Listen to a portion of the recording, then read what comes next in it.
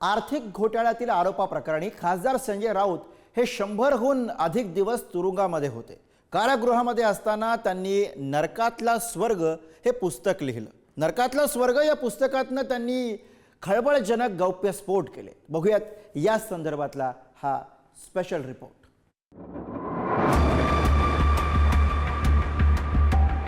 गुजरात आपल्या हातून जाईल, मोदींना बदलू नका हे बाळासाहेबांचं म्हणणं तेव्हा मान्य करावं। बाल वाङ्मय वाचायचं माझं वय राहिलेलं नाही।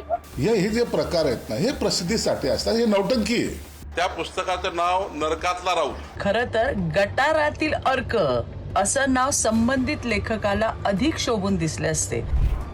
दररोज आपल्या वाणीतून विरोधकांवर तुटून पडणाऱ्या संजय राऊतांनी आता पुस्तकातनं बॉम्ब गोळा टाकलाय। नरकातला स्वर्ग या आपल्या पुस्तकातून त्यांनी अनेक गौप्यस्फोट केलेत। यूपीए सरकारच्या काळात अमित शहा यांना बाळासाहेब ठाकरेंनी कसं वाचवलं, अमित शहांची अटक टळली याबाबत खळबळजनक दावा राऊतांनी केलाय। अमित शहा यांना सुद्धा बाळासाहेब ठाकरे यांनी चौकटी बाहेर जाऊन मदत केली। केंद्रात यूपीएचं सरकार होतं आणि दंगलीतील काही निर्घृण गुन्ह्यांचा तपास सीबीआयकडे सोपवला होता। यावेळी नरेंद्र मोदींना अमित शहा यांना मदत करता येत नव्हती। अडचणीमध्ये सापडलेल्या अमित शहांना एकच माणूस मदत करू शकतो, ते म्हणजे शिवसेना प्रमुख बाळासाहेब ठाकरे, असं शहा यांना कोणीतरी सुचवलं। एके दिवशी लहान जय शहा यांना घेऊन अमित शहा मातोश्रीवर पोहोचले। मी अडचणीत आहे, अमुक अमुक न्यायमूर्तींसमोर केस सुरू आहे, तडीपारी आहे, अमित शहा यांनी बाळासाहेब ठाकरे यांना सांगितलं। त्यानंतर अमित शहा बाळासाहेब यांना म्हणाले, आप बात करेंगे तो न्यायमूर्ती आपकी बात मान लेंगे। त्यानंतर बाळासाहेब ठाकरे यांनी मनोहर जोशी यांच्या फोनवरून अमित शहा यांचं प्रकरण ज्यांच्याकडे होतं त्यांना फोन केला। बाळासाहेब ठाकरे यांच्या एका फोननं अमित शहा यांच्या जीवनातल्या आणि राजकीय प्रवासातल्या बहुतेक अडचणी दूर झाल्या। आता मोदींना बदलणं म्हणजे हिंदुत्वाशी द्रोह ठरेल। गुजरात आपल्या हातून जाईल, मोदींना बदलू नका हे बाळासाहेबांचं म्हणणं तेव्हा भाजपला तेव्हाच्या प्रधानमंत्र्यांना मान्य करावं। अमित शहा हे फार कोणाला माहीत नव्हतं। माझ्या माहितीप्रमाणे शरद पवार साहेबांनी मोदींना विचारलं, कोण आदमी, आप बार बार मुझे फोन कर रहे हो, कौन है आप जिसके लिए आप मुझे बार बार रिक्वेस्ट कर रहे हो। बोला, मेरे लिए बहुत महत्वपूर्ण आहे कामकाज। मी कादंबऱ्या वाचणं कधीच सोडलेलं आहे।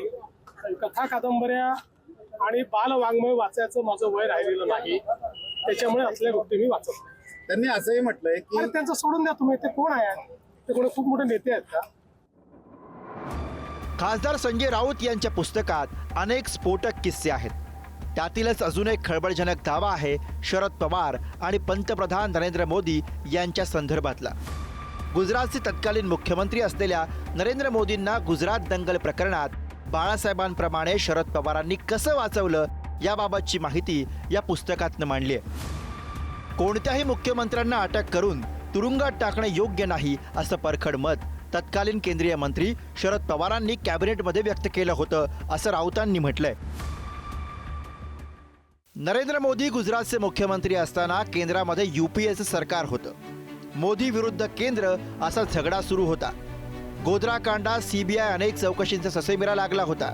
या दरम्यान गुजरातचे अनेक पोलीस अधिकारी आणि माजी गृहराज्यमंत्री अमित शहा यांना तुरुंगात जावं लागलं होतं। चौकशी आणि कारवाईची बंदूक मुख्यमंत्री मोदींपर्यंत वळली।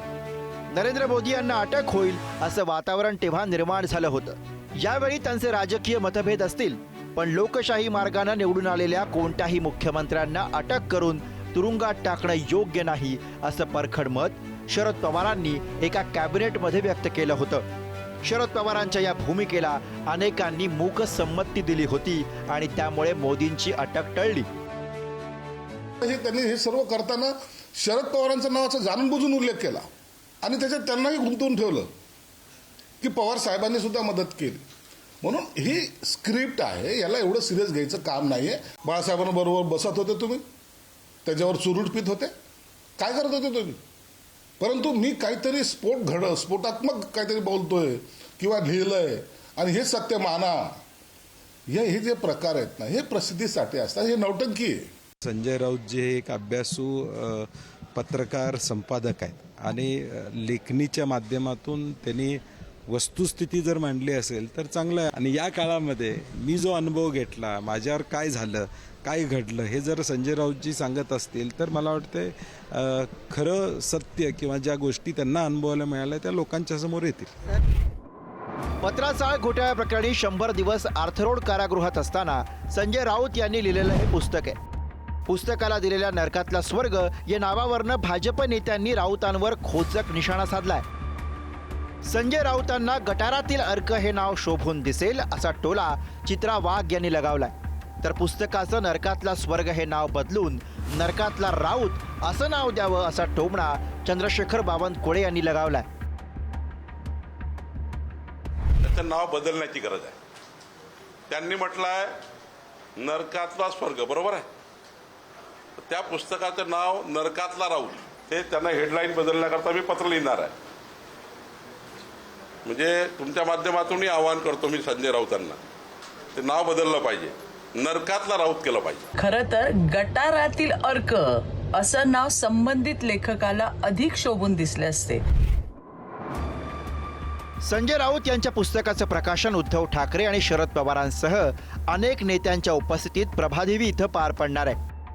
आता यावेळी उद्धव ठाकरेंसह शरद पवार हे नेमकं काय भाष्य करणार याकडे देशाचं लक्ष लागलंय.